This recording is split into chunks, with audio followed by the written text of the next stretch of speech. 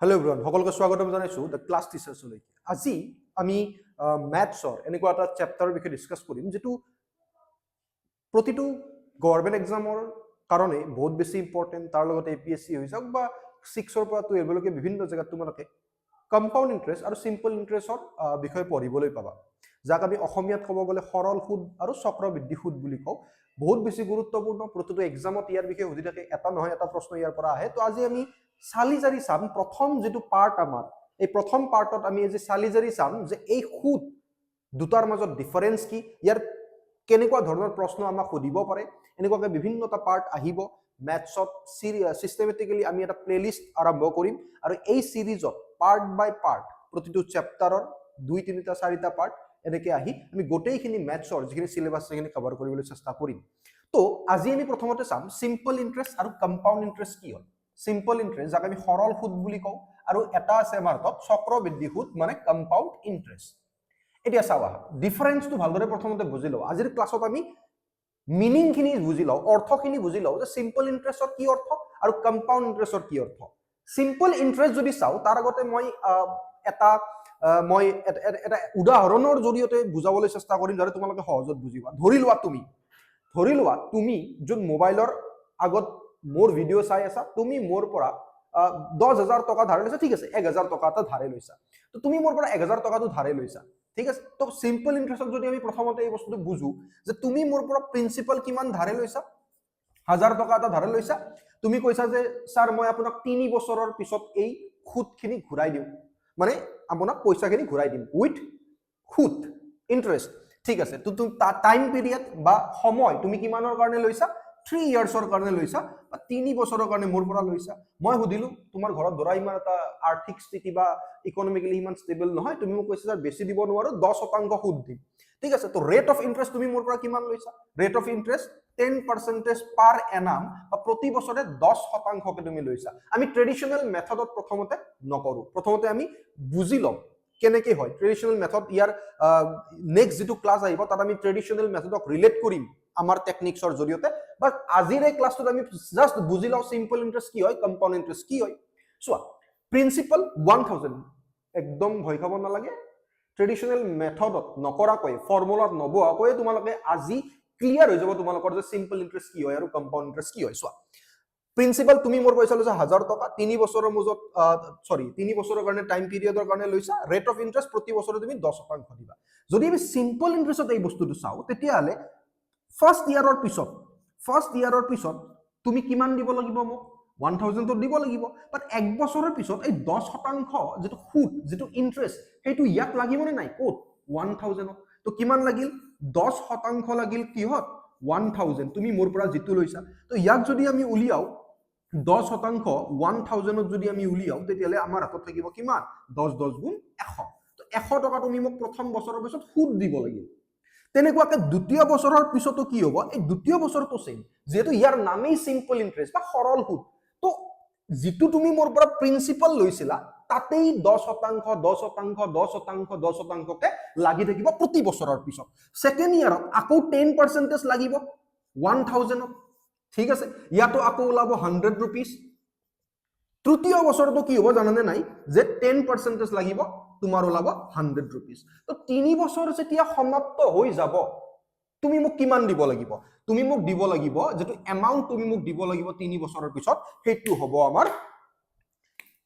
Principal plus simple interest. Principal plus simple interest. ইয়াক যদি আমি চাও, প্রিন্সিপাল এমাউন্ট কিমান থাকিব, প্রিন্সিপাল হ'ব 1,000 rupees প্লাস ইন্টারেস্ট কিমান হৈ গ'ল, সিম্পল ইন্টারেস্ট 3 বছৰত, প্ৰথম বছৰত 100 টকা, দ্বিতীয় বছৰত 100 টকা, তৃতীয় বছৰত 100 টকা, 300 টকা সিম্পল ইন্টারেস্ট হৈ গ'ল। তো তুমি মোক কিমান দিব লাগিব 3 বছৰ পিছত, 1,300 টকা। এইখিনি টকা তুমি মোক দিব লাগিব আৰু 3 বছৰ সম্পূৰ্ণ হৈ গৈছে, দিবা সোনকালে পইচাটো, ঠিক আছে। হ'ব বাৰু, বুজি লোৱা। তো তুমি মোক দিব লাগিব 1,300 টকা 3 বছৰৰ পিছত, সুদ আৰু মূল মিলাই, সিম্পল ইন্টাৰেস্ট। বাট কম্পাউণ্ড ইন্টাৰেস্টত ইয়াৰ ধাৰণাটো অলপমান বেলেগ, অলপমান মানে সাংঘাতিকভাৱে বেলেগ, অলপমান মানে সাংঘাতিকভাৱে বেলেগ।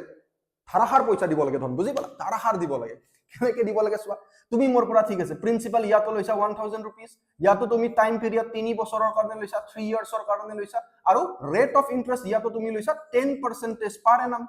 ঠিক আছে। গোটেইখিনি একেই, বাট ইয়াত চাবা হে ফাৰ্ষ্ট ইয়াৰৰ পিছত কি হ'ব জানা নাই ফাৰ্ষ্ট ইয়াৰৰ পিছত কি হ'ব এইটো ঠিকে আছে কাৰণ ফাৰ্ষ্ট ইয়াৰত প্ৰিন্সিপালতে লাগিব সুদটো ফাৰ্ষ্ট ইয়াৰত ক'ত লাগিব প্ৰিন্সিপালতে সুদটো লাগিব সো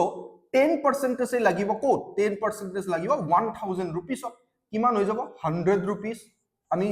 এজ ইট ইজ পাইছিলো সিম্পল ইন্টাৰেষ্টত তো 100 रुपीस থাকিব ফাৰ্ষ্ট ইয়াৰৰ পিছত ঠিক আছে বাট সেকেন্ড ইয়াৰ আৰু থাৰ্ড ইয়াৰত অলপ বস্তুটো কি হৈ যায় খেলি মেলি হৈ যায় না নামেই চক্ৰবৃদ্ধি সুদ ন চক্ৰত লাগে বুজি পালা অসমীয়াত আমি এক চক্ৰবৃদ্ধি সুদ বুলি কওঁ চক্ৰত লাগে মানে কেনেকে চোৱা দ্বিতীয় বছৰ যেটো থাকিব যেটো সেকেন্ড ইয়াৰ থাকিব ইয়াত কি হ'ব জানানে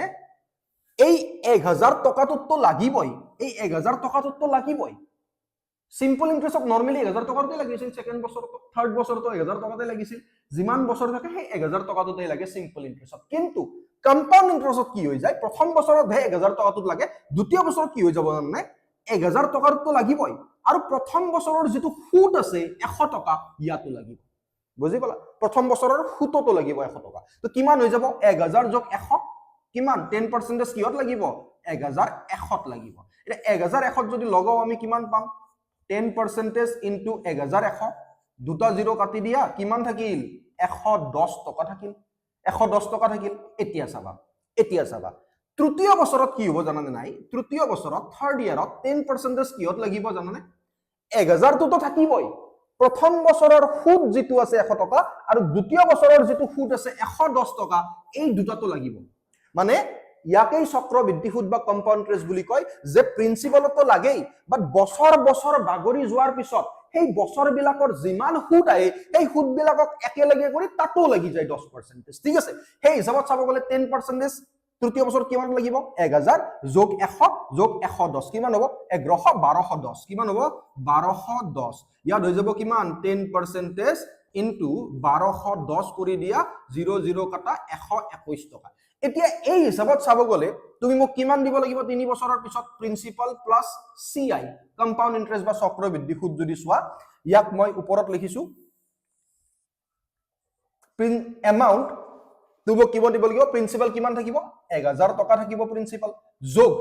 কম্পাউণ্ড ইন্টাৰেষ্ট কিমান হৈ যাব চক্ৰবৃদ্ধি সুদ প্ৰথম বছৰত 100 টকা দ্বিতীয় বছৰত 110 210 হৈ গল আকৌ ইয়াৰ লগত 131 প্লাস কৰা 121 প্লাস কৰা 210 লগত যদি আমি 121 প্লাস কৰো ই হৈ যাব 331 তো কিমান হৈ গল 1331 টকা বাকি সকলো ঠিকই থাকিল এই 31 টকাটো ডিফারেন্স আহি গল সেম বস্তু সেম পয়সা same time same rate of interest but যেহেতু হেতু কম্পাউণ্ড ইন্টারেস্ট তাত 31 रुपीस বেছি হৈ গল আৰু 31 रुपीस তুমি মোক ধন দিব লাগিব মানে আমি ধৰি লৈছো দিব লাগিব বুলি এনেকুৱা নহয় যে দিব লাগিব নিদিয়াকেও তুমি পঢ়ি থাকা কেৱল পঢ়া বুজি পালা এতিয়া চোৱা 31 रुपीस থাকিল 31 এক্সট্ৰাকে দিব লগা হল তো দিস ইজ দা ডিফাৰেন্স এই ডিফাৰেন্সটো কেনেকৈ উলিয়াই বহুত এক্সামত বাৰে বাৰে আমাক সুধি থাকে যে what is the difference between compound interest and simple interest যদি ৰেট অফ ইন্টাৰেষ্ট ইমান থাকে যদি প্ৰিন্সিপাল ইমান থাকে যদি ইমান বছৰৰ কাৰণে তুমি লোৱা এনেকুৱা ধৰণৰ প্ৰশ্ন বেছি ভাগ পাবা ইয়াক উলিওৱাৰ বহুত সহজ উপায় এটা আছে যেটো আমি নেক্সট ক্লাছত যেতিয়া সিস্টেমেটিক্যালি আমি যাম এটো আমাৰ প্ৰথম ক্লাছ আছিল আজি বুজি লও আমি ভালদৰে আৰু বুজি লৈছো ইতিমধ্যে যে সিম্পল ইন্টাৰেষ্ট কি হয় কম্পাউণ্ড ইন্টাৰেষ্ট কি হয় ইয়াৰ পিছৰ ক্লাছবোৰত আমি বিভিন্ন ধৰণৰ টেকনিক ব্যৱহাৰ কৰিম আমি ট্ৰেডিশনাল মেথড চাম আমি ইউনিক ষ্টাইল চাম কিছুমান মই এনেকুৱা ধৰণৰ ইউনিক ষ্টাইল তোমালোকক শিকাম যাৰ জৰিয়তে সিম্পল ইন্টাৰেষ্ট আৰু কম্পাউণ্ড ইন্টাৰেষ্টৰ যিকোনো প্ৰশ্ন যদি তোমালোকৰ এক্সামত আহে তোমালোকে কৰিব পাৰিবা ইয়াৰ লগতো ক্লাছ টিচাৰ্ছৰ যিমানবোৰ বিভিন্ন জিকে জিএছৰ ভিডিঅ'বোৰ আহি থাকে তোমালোকে চাই থাকিবলৈ নাপাহৰিবা ঠিক আছে তো this is the difference between simple interest and compound interest 31 rupees এটা আভাস পাইছা সাগে তোমালোকে যে মিনিং কি হয় আজি আমি মিনিং খিনি চাইছো আমি বুজিছো যে সিম্পল ইন্টাৰেষ্টত কেনেকুৱা ধৰণে সুদবোৰ লাগে ইন্টাৰেষ্টবোৰ লাগে আৰু চক্ৰবৃদ্ধি সুদত বা কম্পাউণ্ড ইন্টাৰেষ্টত কেনেকুৱা ধৰণে সুদবোৰ লাগে আৰু আমি দেখা পালো যে পিছলৈ গৈ যদি চাও আমি সেম প্ৰিন্সিপালত সেম সময়ত সেম ৰেট অফ ইন্টাৰেষ্টত কম্পাউণ্ড ইন্টাৰেষ্ট কিবা এটা এমাউন্ট সিম্পল ইন্টাৰেষ্টত কৰি বেছি হয় বুজি পালা তো আই হোপ তোমালোকে এই বস্তুখিনি বুজি পাইছা ফাইন এটা তোমালোকৰ কাৰণে কোৱেশ্চন মোৰ হাতত আছে সেই কোৱেশ্চনটো আমি দিম তোমালোকক মই শেষৰ ফালে তাৰ আগতে এটা টেকনিক তোমালোকক মই বুজাব খুজিছো কম্পাউণ্ড ইন্টাৰেষ্টত নৰ্মেলি কি হয় সৰি সিম্পল ইন্টাৰেস্ট প্ৰথমতে চাই লোৱা সিম্পল ইন্টাৰেস্টত কি হয় জানানে যে আমি ডাইৰেক্টলিও কৰিব পাৰো আমি এক্সট্ৰা জাস্ট মই বুজি পোৱাৰ কাৰণে তোমালোকক বুজাইছো ডাইৰেক্টলি তুমি কেনে কৰিব পাৰা যেটো প্ৰিন্সিপাল আছে আৰু যেটো ৰেট অফ ইন্টাৰেস্ট আছে এটা সৰি যেটো টাইম আছে আৰু যেটো ৰেট অফ ইন্টাৰেস্ট আছে সেই দুটা পূৰণ কৰি দিয়া টাইম আৰু ৰেট অফ ইন্টাৰেস্টটো পূৰণ কৰি দিয়া কিমান পাবা 3 into 10% 30% ডাইৰেক্টলি 30% লগাই দিয়া কি হত প্ৰিন্সিপালত 1000 তুমি কিমান পাবা 30 by 100 into 1000 is equal to 300 পাই যাবা সো এই 300 টো ডাইৰেক্টলি পাই যাবা তুমি কি হত যেটো সিম্পল ইন্টাৰেস্ট 3 বছৰ পিছত যেতিয়া আমি টাইম আৰু ৰেট অফ ইন্টাৰেস্ট পূৰণ কৰি দিম সো ডাইৰেক্টলি 30 কেনেকে পালা টাইম আৰু ৰেট অফ ইন্টাৰেস্ট পূৰণ কৰি দিয়া 30 পাই যাবা বাট এই ক্ষেত্ৰত বা চক্ৰবৃদ্ধি সূতৰ ক্ষেত্ৰত বা কম্পাউণ্ড ইন্টাৰেস্টত এনেকুৱাকে নহয় বুজি পালা চক্ৰবৃদ্ধি সূতত বা কম্পাউণ্ড ইন্টাৰেস্টত আমাৰ এনেকুৱাকে নহয় 3 into 10 কৰিলে 30% পাম সেম আমি 300 পাই যাম বাট আমি পাব কিমান লাগে আমি পাব লাগে 331 কেনেকে পাম আমি যদি সিঙ্গেল এটা পার্সেন্টেজ উলিয়াব পাৰো আমাৰ কাৰণে ভেৰি গুড বহুত ভাল সৰি আমাৰ কাৰণে বহুত ভাল যদি সিঙ্গেল পাৰ্সেন্টেজ ইয়াৰ জনেকে আমি সিঙ্গেল পাৰ্সেন্টেজ উলিয়াইছো কেনেকে উলিয়াইছো time into rate of interest 30% বাই গৈছো ডাইৰেক্টলি 30% লগাই দিছো প্ৰিন্সিপালত বা 1000 টকা তুমি মোৰ পৰা যিখিনি লৈছিলা ডাইৰেক্টলি 30% লগাই দিছো এবাৰতে 300 টকা পাই গৈছো আমি গণি থাকিব লগা নাই 100 যোগ 100 যোগ 100 না কি কৰিছো ডাইৰেক্টলি পূৰণ কৰি 30% পাই গৈছো তেনেকুৱাকে যদি আমি কম্পাউণ্ড ইন্টাৰেস্টত উলিয়াব লাগে আমাৰ হাতত এটা ফৰ্মুলা আছে আমাৰ হাতত সৰু ফৰ্মুলা এটা আছে সিম্পলি মনত ৰাখিবা এইখিনি তো বুজি পালা চোৱা কেনেকুৱাকে আমি উলিয়াব লাগে চোৱা ইয়াত আমি কি কৰিব লাগে জানানে ইয়াত এটা ফৰ্মুলা আছে ফৰ্মুলাটো হৈছে x প্লাস এটো প্লাস মাইনাস থাকে ইয়াৰ কাৰণে প্লাস ঠিক আছে এতিয়া জাস্ট তোমালোকক মই সিম্পলি বস্তুটো কৈছো x plus y plus x into y by 100 ঠিক আছে এটা কেনেকে উলিয়াম চোৱা 3 বছৰ ইয়াৰ কিমান 3 ইয়াৰ 3 ইয়াৰক আমি কি কৰিলম জানানে তিনিটা ভাগত ভাগ কৰিলম 3 বছৰ এক বছৰত কিমান কে 10% এক বছৰত 10% এক বছৰত 10% 3 বছৰ আছিল প্ৰতি বছৰত 10% কে লাগিব চক্ৰবৃদ্ধি সুত তো আমি ভাগ কৰি লৈছো 3 ইয়াৰ আছিল তো তিনটা ভাগ দিছো 10% 10% 10% এতিয়া কি কৰিম জানানে প্ৰথমতে ইয়াক আমি x বুলি ধৰিম আৰু ইয়াক আমি y বুলি ধৰিম সেই হিচাপত যদি এইফালে বহাও কি হ'ব চোৱা 10 যোগ 10 into 10 divided by 100 কিমান হৈ যাব 20 plus এটো হ'ব 100 divided by 100 কিমান ৰব 1 তো হৈ গল 21% কিমান হল 21% হল তো এই দুটা মিলি আমাৰ হৈ গল 21% ঠিক আছে এইবাৰ 21 ক আমি x বুলি ধৰিম আৰু এই ৰৈ যোৱা 10 ক আমি y বুলি ধৰিম তো কি হৈ যাব দুয়োটা মাৰ্জ কৰি দিলে আমি কিমান পাম সেম স্টাইলত 21 প্লাস এই ফৰ্মুলাটো 21 plus 10 plus 21 into 10 কিমান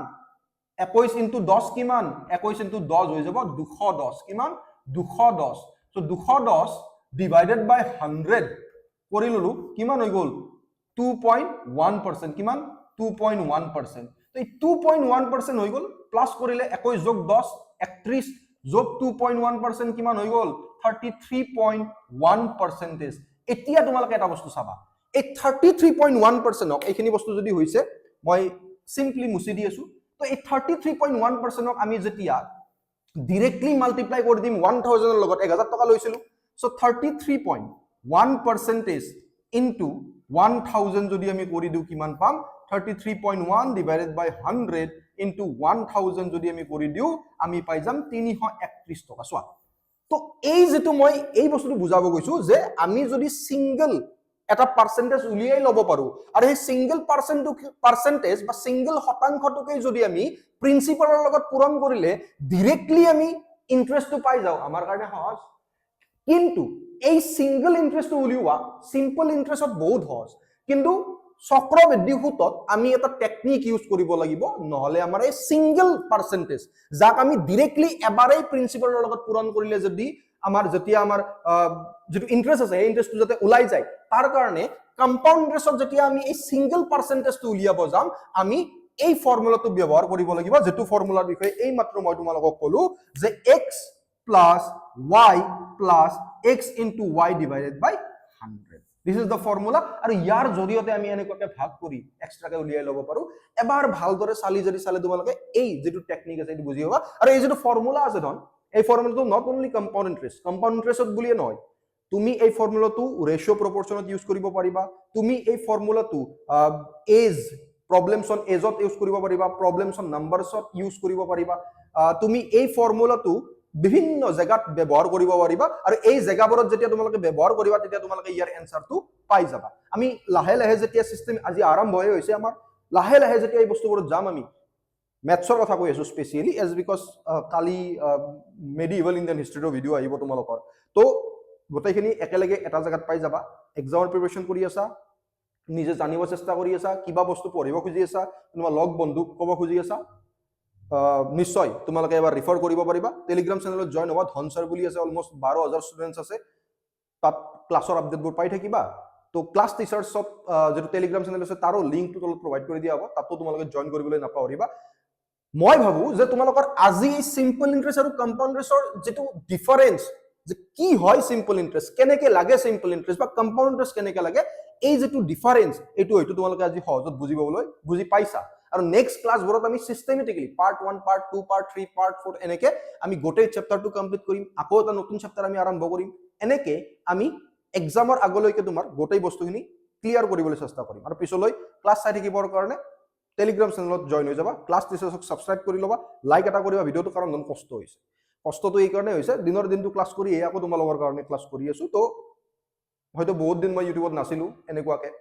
বিভিন্ন ছাবজেক্টত, বাট আৰম্ভ কৰিছো আকৌ এবাৰ। লগ পাম সকলোকে নেক্সট ক্লাছত, ঠিক আছে? তেতিয়াহ'লে বহুত বেছি মৰম, বহুত ভাল পোৱা, ভালদৰে পঢ়ি থাকিবা। জয় অসম।